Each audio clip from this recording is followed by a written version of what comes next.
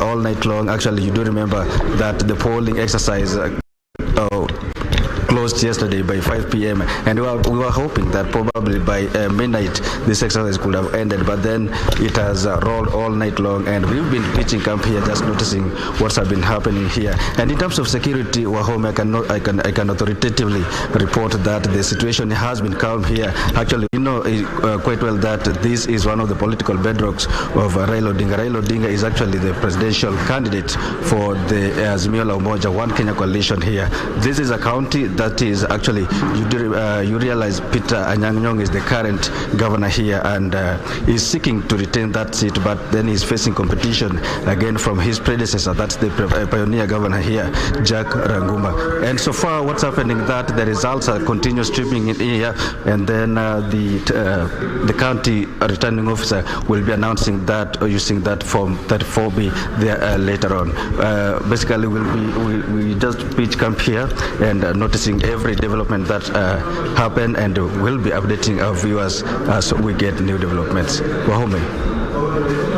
Well, thank you very much, Wycliffe Okech in Kisumu County, and we will keep tabs on with you during the day, because we know there's a lot of interest when it comes to these elections. So you'll keep us updated on the gubernatorial contest, the senatorial contest, and also for that of the National Assembly, and also for the woman member of, for the county woman member of the National Assembly, what people refer to as the woman representative. So thank you very much, Wycliffe. And now let us join Shiksha Arora, who's out there giving us a little bit of the numbers. All right, thank you very much for that, Wahome. Now let's just take a look at Raila Odinga with 46.29%, of course, at 176,068. Now Wycliffe joined us from Kisumu, so it would only be fair to just focus on that and take a look at what exactly the situation is when it comes to Kisumu. So this is what the percentages look like when it comes to the vote in Kisumu County. Raila Odinga at 95.77%, clearly a stronghold for the Azimio leader at 18,472. William Ruto of UDA at 3.92% at 757. George Wajakoya at 0.21%, and that's 41 people who voted for him, with David Murray at 0.09%, and that's of course 17 people. Now these are the results so far. As Wycliffe has mentioned, he will be giving us more numbers as they keep coming in. So of course this is subject to change, and these are the provisional results. We'll keep updating you on this, but before I give it back to Wahome, let's just take a look at what the situation was in 2017 elections in Kisumu County. Raila Odinga of NASA back then at 97.91%, and of course he garnered a vote of 430,229. Uhuru Kenyatta from Jubilee Party at 1.76%, and of course 7,743 people voted for him. Taking a look at 2013 with regards to the vote, of course registered voters back then in 2013 was 386,606 people. In 2017 we saw 539,210 people in Kisumu County, and this year we've got 606,754, so the most number of registered voters in the last 3 elections. Of course, if you do a comparison, now let's just take a look at 2013 results when it comes to the vote and the percentages. Raila Odinga at 97.15%. That's 337,232 people who actually voted for him. Uhuru Kenyatta at 1.33%, and 4,630 people voted for him. Musalia Mudavadi at 1.10%. 3,835 people voted for him. Peter Kenneth 0.17% with 586 votes. James Kiapi with 0.11%, Mohammed Dida with 0.06%, Martha Kura with 0.05%. Remember, she was standing for, of course, for president back then. Paul Muite at 0.02%. So yes, that is what the outlook looks like in the last 3 elections when it comes to Kisumu County. We'll definitely be giving you more of an update with regards to the numbers, the percentages as they trickle in. For now, back to Wahome. Well, thank you very much, Shiksha, and giving us the data and explaining it as far as Kisumu County is concerned. Well, Kasarani, that's one of the constituencies that is in the capital, Nairobi, and we've got Trevor Ngenda to give us a report on how the election process is being covered, and we are taking a look at it not just from the presidential point of view, but we are also factoring in that this is a constituency. The constituency has wards, so they'll need MCAs, and definitely also a vote towards the senator of Nairobi, the county woman member of the National Assembly, and also the governor of Nairobi, Trevor.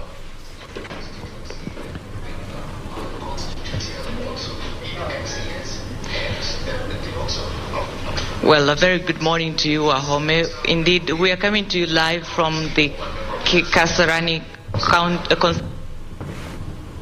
It has been a long 7-hour wait from the different constituencies in the country, and so far, right now, they just arrived. You can see on this other side, on my right-hand side, I can kindly ask my camera person to pan around to see what is happening right now. We're seeing the action right now. The ballot papers have arrived. They are currently being verified at the PO's checklist desk. This is the presiding officer's checklist. Well, apologies. Shiksha, Kasarani, it's a huge constituency geographically within, from the last 24 hours, conversations that have come is how the members of the public have conducted themselves around voting stations. Previously, you would hear the heckling, or if a candidate shows up, there will be some pandemonium of some sort. There will always be some exceptions to the rule. But overall, what did you pick up as you traveled south from Kiganjo to Nairobi? Actually, member of the public, where I visited and where many of my people visited, because I got information, they communicate and send us concern.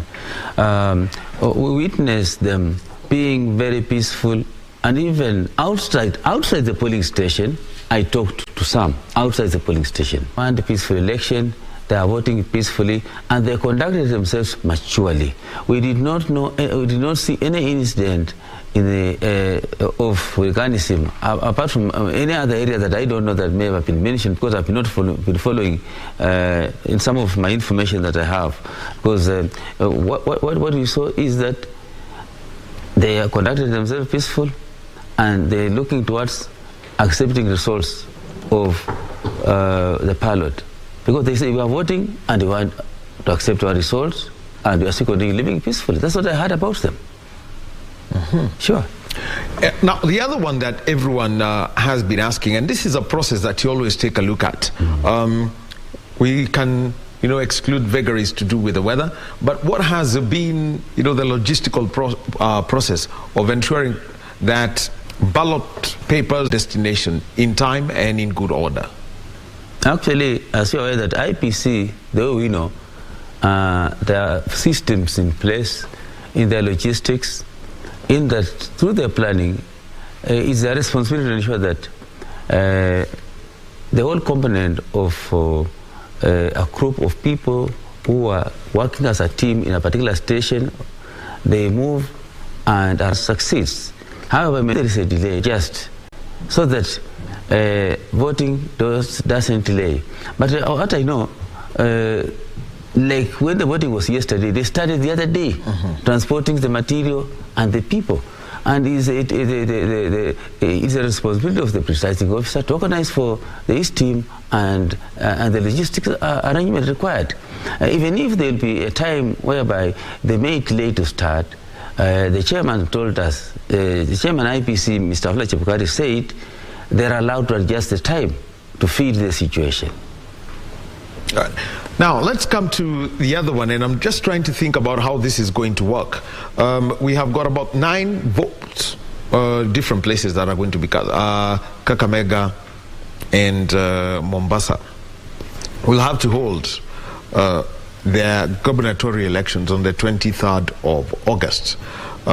Kacheliba and Pokot South will have to have the elections on the same date, as will also Rongai, Nakuru. We also have got, the other the constituencies whose elections have been postponed. What would it be like for the commission, knowing very well that this is election announcement period? Without being speculative or anything, this is the time that people try to bring in the, as we call them, the Supreme Court petitions, raise the petitions. What kind of process actually is in for the next 2 weeks? According to information we received from the chair, because Wafula Chebukati gives briefing all the time, and we have been there physically present in his briefings, and they are prepared.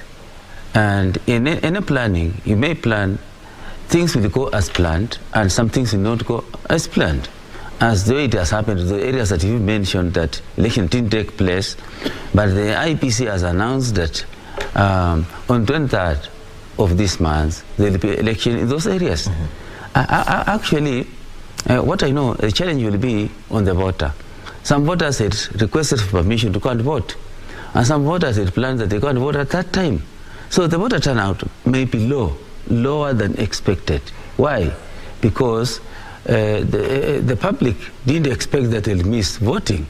So as far as I know, in terms of the IPC, they have the system in place, because they have already disclosed that they are, in case of any challenges, they are ready. And if in the case of the court patrols taking place, IPC, we know the IPC of Kenya have systems. So if anyone that will not be happy that has been denied a chance unlawfully has a responsibility to go and file a case through the legal process. And actually, as far as I know, the IPC, they have, it's within their planning that some things of that nature may come up. So there are plans for that, we know. All right. Now, the other one is the kind of messaging, that IBC has put out through infomercials. They've been sending text messages, and we've also seen, choirs around, singing about elections and how people should conduct themselves around elections. Raises brings about the question, after what we've had over this weekend. It's not a by-election. This is not a by-election. It is actually a general election scheduled constitutionally with 57% voter turnout. How would it then affect the turnout 2 weeks from now? People will, schools, in terms of, because there are things that people have to put into consideration.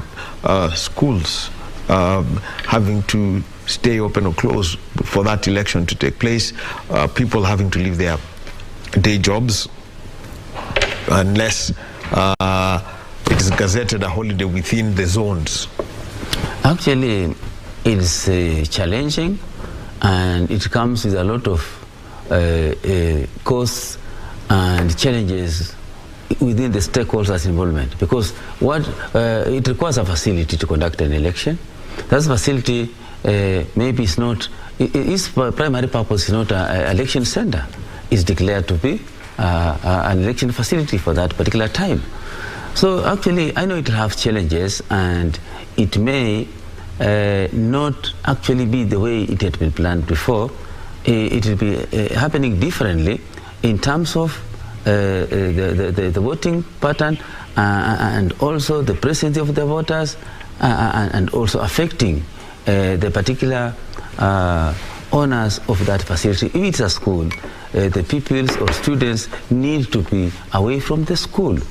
So actually, the voter turnout, as it has been witnessed, is lower, and it may be lower than what is expected of what has happened just in a day ago. So we expect to have, unless something miraculous happens. Yeah. Well, and remember that those are repeat elections, but also interesting times. Shiksha, I was basically trying to go look at something that is known as the 1/3 gender rule. Right. Yes. And where do we start? We start with the Senate. Yes, 47 senators, and guess what? We need 16. Yes. to be compliant with that. And also, we're taking a look at the members of the National Assembly, and these are numbers that we need to take a look at because this is the real one now. 47 of what is known as the woman representative, but correctly known as a county woman member of the National Assembly, and a must-elect 66. What do you have, a question that you'd like to throw to Pius so that, to look at how that can be reached out? Sure enough. Absolutely. Of course, earlier on we also had this conversation with regards to the number of women who are actually standing up for the coveted governor's position, and we also talked about how not just being a governor, also trickling down to MCAs and senators and other positions as well, and how women are now stepping up in terms of being actively involved in politics, and now we're seeing that this election we actually might have the first deputy president to be a female. So these are things that are changing. What do you think has ignited that change, the mindset in terms of being a woman firstly and standing for an election? Back in the day it was something that we didn't see happen very often, but now we're seeing a shift. Do you think this has anything to do with the mindset as Kenyans? Do you think we are moving to a progressive Kenya, and of course something that's a Kenya that's more equal? Actually, for me, that's a plus for this country. If we have realized that it's important to have a woman leading, even a woman becoming a president in this country, it's quite in order. And look, in other countries, states like America, name it. I remember even many years back, like Liberia. Of course. What happened there. And Pakistan as well. Malawi. They all went ahead of us. New Zealand. New Zealand. So actually, what I want to say is that women leaders are credible and women leaders are straight. In terms of leadership, they don't want to play with anything because they don't want any blame. So it's important that as a country, they consider having women leadership. And if a voter has maybe, for example, in the election that has just taken place, decided that the coalition that has women as a woman as a leader will take leadership, that's right. So what is important is us having the right leaders. Yes. And women have shown and demonstrated good leadership in various positions. Look at the CJ. Name all of the leaders that you have as women. And that's what we were talking about the previous conversation, that let women choose or select women to lead. You realize that, according to my own observation, women, some of them don't want to select women to lead. They would like to select a man to lead. Why? Why can't they use a man to lead? Because they have the space. They have been, and Kenya as a country has given women powers. Even in my former organizations, the police service, I have my colleagues, senior leaders, name the prison service, NY, national service, the military, like in Kenya Defense Forces, there's Brigadier Stenei. Stenei, we used to teach in IPSTC, Karen. She was a captain. Even the current, the military, the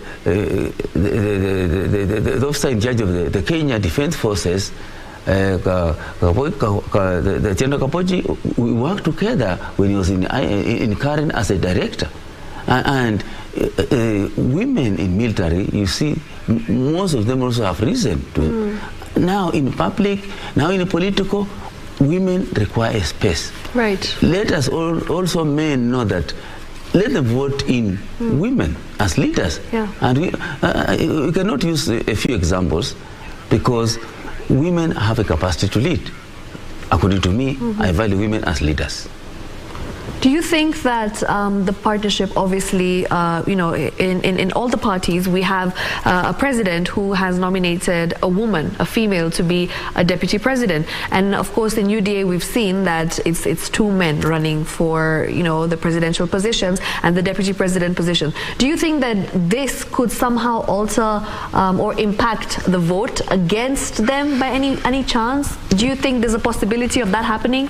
Possibly. I remember when former Prime Minister who is now vying for the president, yes, who has been contesting as a president, who was waiting for the result, when he is elected Martha Karua as a running mate, yes, things changed, and even things in Central Province changed, the voting pattern, and I believe it has affected the results in Central region. Absolutely, in a positive way. And not only in Central, and all of the country. Yes, I've been transversing this country, and there was a lot of talk about shift in the trends. Martha Karua. Yes. She's known about her leadership. She's known about the past performance. She's a no-nonsense person in terms of certain things. And she's been in politics for years. And she has been in politics for years. Yes, decades. And actually, it may affect results to some of the contestants. Like the way you mentioned, the UDA, they considered having a male, yes, which was their choice. Is correct. It's a good choice, of course, for UDA and Kenya Kwanza. But what's important is for us to understand that all women have skills for leadership. Yes. Yeah. 100%. Yeah. All right, of course, and you know, as we continue to have these conversations, remember the results are due to be announced no later than August 16th, any second round runoff, which will be held within 30 days. And if no candidate files a challenge to the results with the Supreme Court, then the winner takes office in 2 weeks after the final results are announced by IEBC. And if the court orders an annulment, a new vote must be held within 60 days. The winner obviously needs 50% plus one vote in 24 of the 47 counties, and of course Kenyans are also choosing 47 county governors, 47 senators, 47 female representatives, 290 members of parliament, and 1,450 county assembly members, and there are a total of 16,100 candidates this election. Now, you know, as we continue to just have this conversation about the different counties and how things are faring so far, how things are doing so far in respective counties, we are also supposed to get an update from Beatrice Gatonye, who is supposed to give us an update from Gatundu South at some point. Yes, Beatrice, yeah, the second most populous county as far as votes are concerned, yes, and this is in the country after Nairobi County. You've got Nakuru, you've got Kakamega. Those are the counties that have got huge numbers. And earlier in the night, just say a few, or maybe just a couple of hours ago, Diva was here, and she spoke about, you know, people, the misconception that women are, I mean, how would I call it? The disconnect between the number of women in the population vis-a-vis those who are registered as voters. And people will say women, they're their own worst enemies, or this or this. But first of all, how then do you get more registered? Because all these calls are made, and all you need to, and the IBC hires clerks who go around the country, and at times all they do is sit under shade for 8-9 hours, and only 3 people show up. Actually, it is a challenge for our people in Kenya to go and participate in registration as voters, especially youth. Women, I thank them because they normally register in large numbers.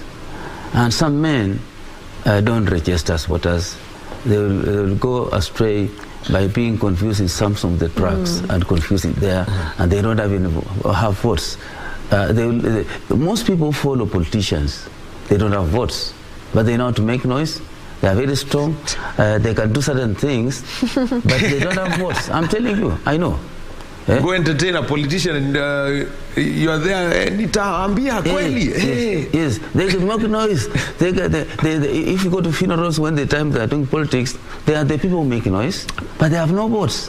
You understand? And most of the youth, like you see, when politicians plan for rallies, what and what, you'll find youth are following. But youth, some youth have taken responsibility. They have voting cards. Some don't have. Even some don't know that they have a responsibility just as voters. So there's a lot of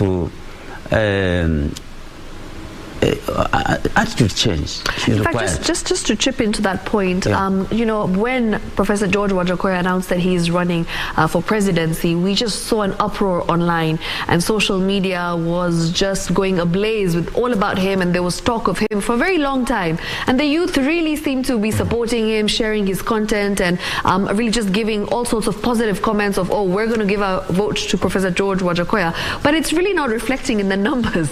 And I don't understand, what exactly do you think could have gone wrong? Is it because they don't want to vote? No. I personally witnessed the launch of Professor Wajackoyah in KICC. Okay. We saw a number of youths who came to witness. And in social media, in places, while we were in normal activities, people have been talking about Professor Wajackoyah. Absolutely. But what I'm seeing, they have not voted for him. Yes. It's not reflecting, because they have been all over. This time is Wajackoyah, Professor Wajackoyah. That's has been the talk. They're not walking the talk. And I think it's attributed to the fact that the youth is not registering to vote for elections. It's true. They have been cheering, but they have no votes. Yes. So it's important the youth think about registering as voters. Yes. Because the way they've been moving and attending rallies, meetings of Professor Wajackoyah, if they could vote and convince their parents, convince their friends and their colleagues to vote. I said one thing before we started these discussions some time back, that youth, we have them in large numbers. Yes, we do. They can change this country. You see, now we have got the Youth Council. I was with them in Mombasa at the time, training them with the IPC. And the youth, if they can really understand that they have a responsibility to lead through a ballot, why can they register as voters? Yes. And they vote for each other, winning seats.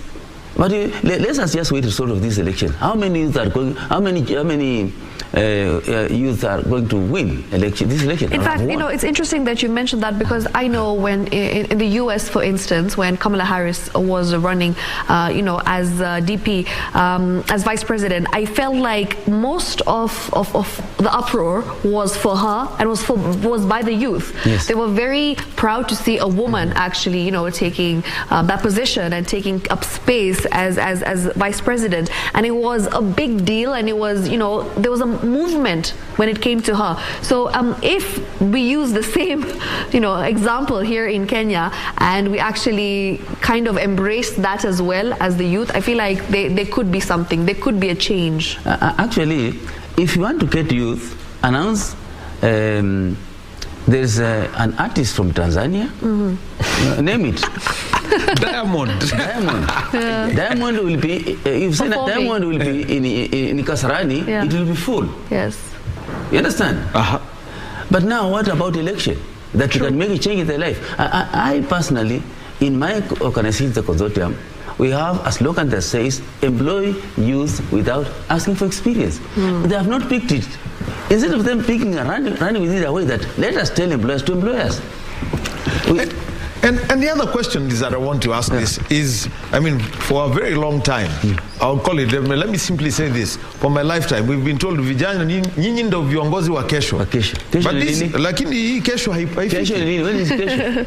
Should be today. Vijana viongozi, kama kijana unanitazama kwa runinga, wewe ni kiongozi wa leo, sio kesho. Hiyo kesho haitafika.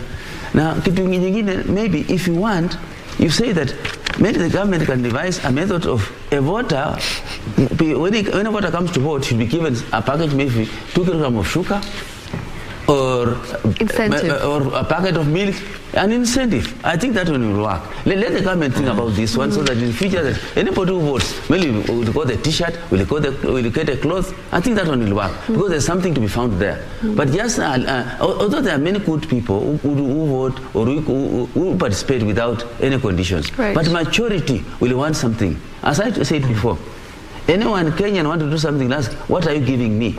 Okay, show me. I want to know the chief's office. He'll tell you, okay, I've shown you. Give me something. Look at that. Where are we as Kenyans?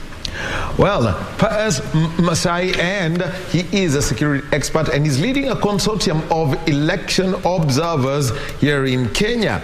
And the pictures on your screen right now are coming in from the Kasarani Constituency Tallying Center. As you can see, the ballot boxes now all being gathered together. And remember, just by taking a look at the color, you can know which ballot box belongs where. A white box, that's for the presidential one, and you realize for the member of the National Assembly, for the senator, for the governor, for the county woman member of the National Assembly, for the member of the county assembly, they are all differently color coded, and this is where they're taking them so that the confirmation of all the forms 34 to 39A, that is the polling station form that shows the total of votes cast at that place. All those forms, they've got to be verified and a result, and also so that they are tallied. Remember, for the presidential election, and this was stated explicitly by IBC Chairman Wafula Chebukati, is that when a result is announced at the polling station, it is final. So, right now, they are yet to be declared nationally because the forms are still trickling. There are about 91% of Form 34As have been declared, and our team that is out in the field is collecting them and sending over to us. Shiksha, you could, tell us where we are before we take this break and hand over to the daytime team. Absolutely. Thank you very much, Wahome. Now, just to add on to what you had mentioned about the 34A forms, remember the expected number was 46,229, but as of now, 41,877 have been submitted to the portal, which makes it 90.59% to be precise. Just less than 10% short until we have a clearer picture of what exactly is going on, and of course an indication of which side things will be leaning to. But for now, looking at my screen right now, there's 22 million, 102,532 voters that were registered. And this is an analysis from our team and the different polling stations who are giving us an update as we speak, and of course gathering these numbers and this data. William Ruto at 53.44%, 209,375 voters. Raila Odinga 45.92%, 179,890. And of course the colors, as you can see very clearly on the map, Turkana, Wajir, we've got Garissa, we've got Taita Taveta, Mombasa, Lamu, pretty much looking blue, blue meaning Azimio, a stronghold of Azimio. And of course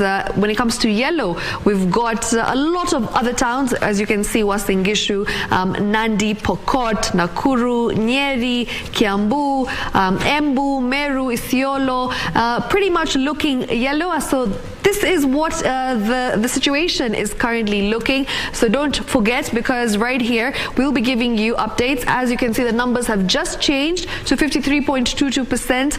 That's William Ruto, and 210,467 votes obtained. Raila Odinga at 46.14%. So this is pretty much the tally from our team right here, who are on ground in the different polling stations, giving us these results and just gathering this data for us. We will continue the coverage right here on KBC Channel 1. We've got our team on board. Victor Olo is on standby. He will be coming in to take over and of course give you an in-depth coverage of the results as they continue to trickle in right here on KBC Channel 1. That's it from me, Shiksha Arora, and my co-anchor Wahome. Well, thank you very much, Shiksha. And we're going to give Paz Messiah a closing word.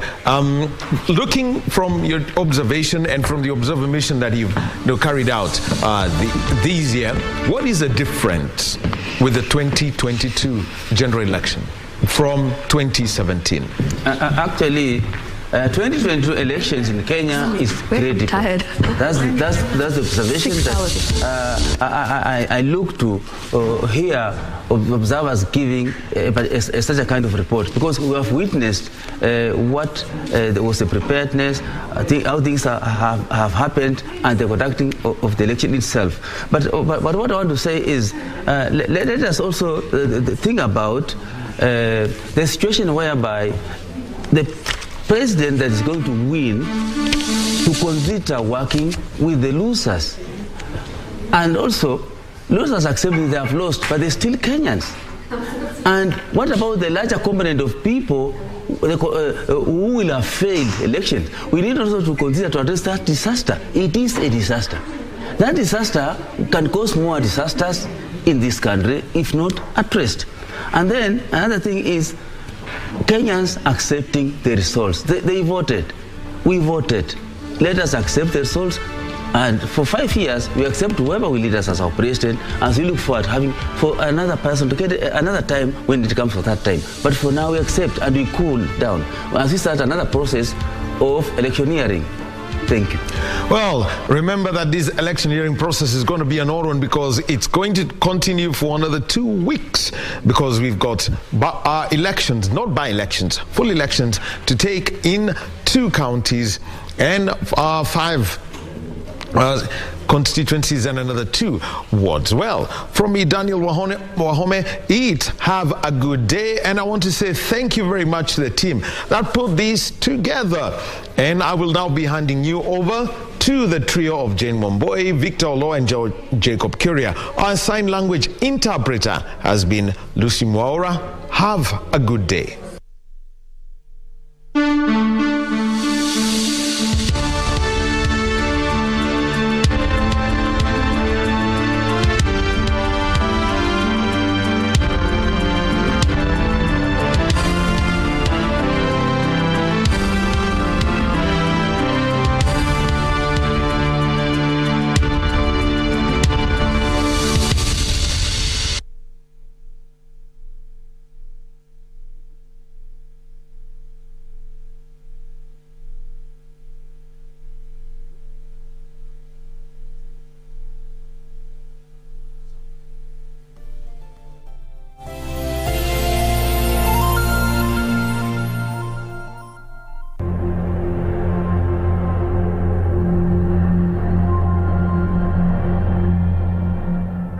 Habari yako mtazamaji na msikilizaji wangu asubuhi ya leo. Ningependa kukusalimia kwa jina kuu la Yesu Kristo. Na asubuhi ya leo ningependa kukuletea kwamba ujumbe ambao Mungu amenipa leo na ataongozwa na maandiko matakatifu katika kitabu cha Hesabu ambacho ni mlango wa 14 na mstari wake wa 8. Ikawa Mwenyezi Mungu amependezwa, ikiwa Mwenyezi Mungu atapendezwa nasi na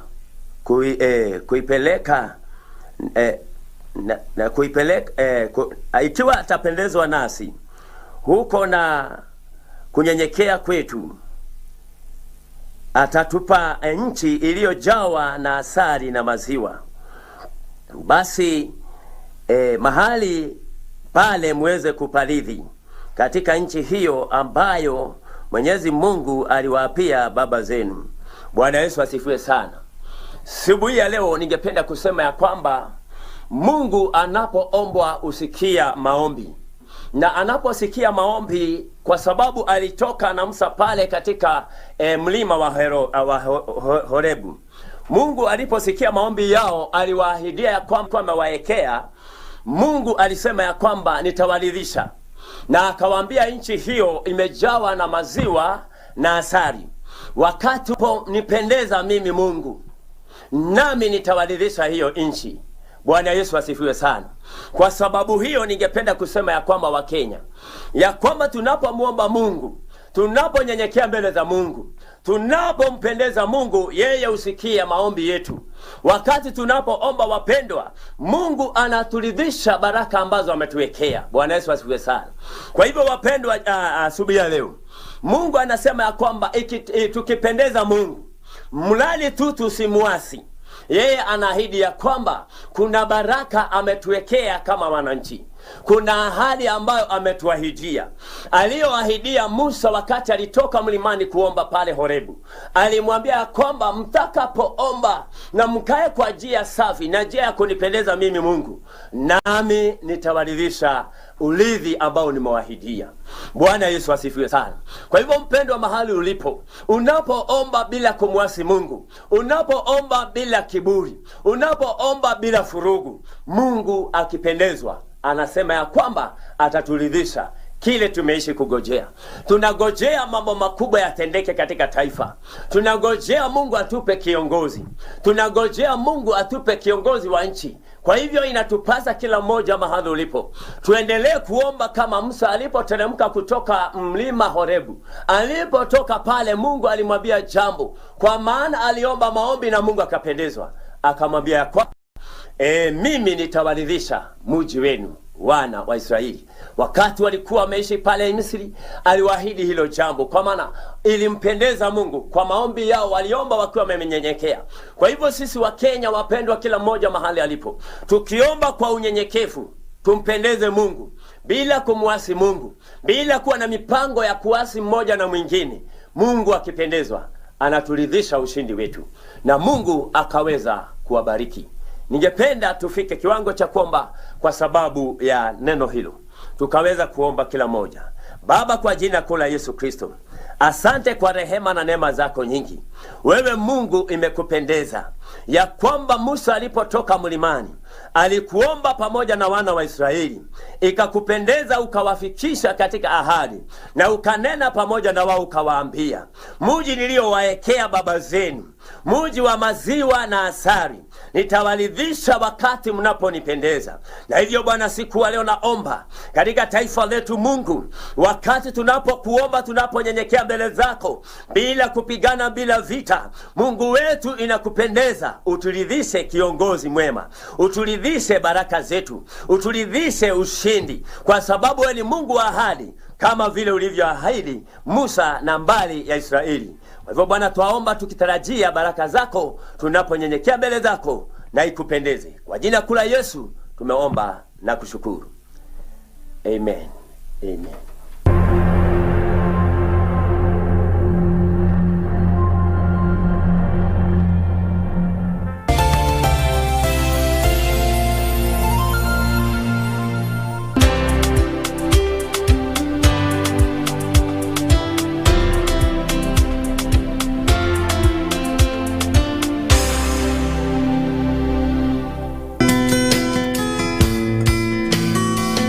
Let's not destroy what we have built for vote peacefully and go back home.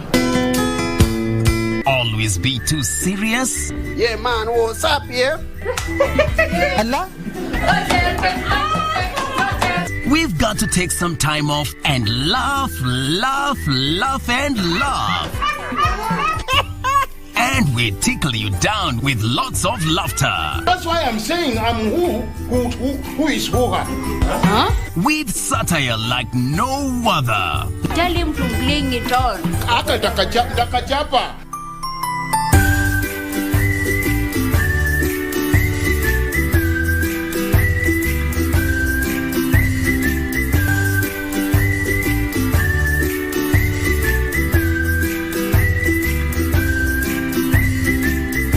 If you fail to plan, you plan to fail. Here at KBC Channel 1, the national broadcaster, we have a plot. And as Kenya decides on its 5th president, governors, senators, members of the National Assembly, and those of the 47 county assemblies, KBC is ready more than ever before to be your one-stop shop in delivering authentic, credible and timely 2022 election news on a 24-hour basis. Only on Kenya Decides.